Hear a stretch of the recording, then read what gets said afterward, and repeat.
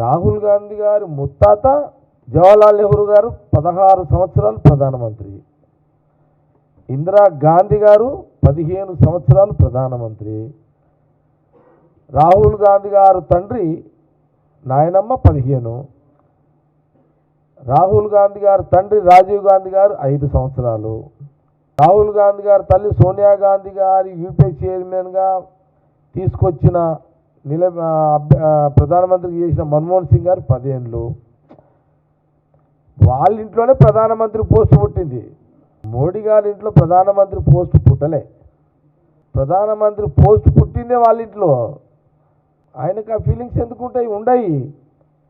కానీ కాంగ్రెస్ పార్టీని అభిమానించే కానీ కాంగ్రెస్ పార్టీ ప్రతిపక్ష పార్టీ హోదా ఇచ్చిన రాహుల్ గాంధీ గారిని అవమానించే విధంగా బీజేపీ మోడీ గారు అమిత్ షా గారు చేస్తున్నారు అనే విషయాన్ని అనుకుంటున్నారు. ఇది చర్చ జరుగుతుంది, ఈ విషయాన్ని చెప్పడం జరిగింది.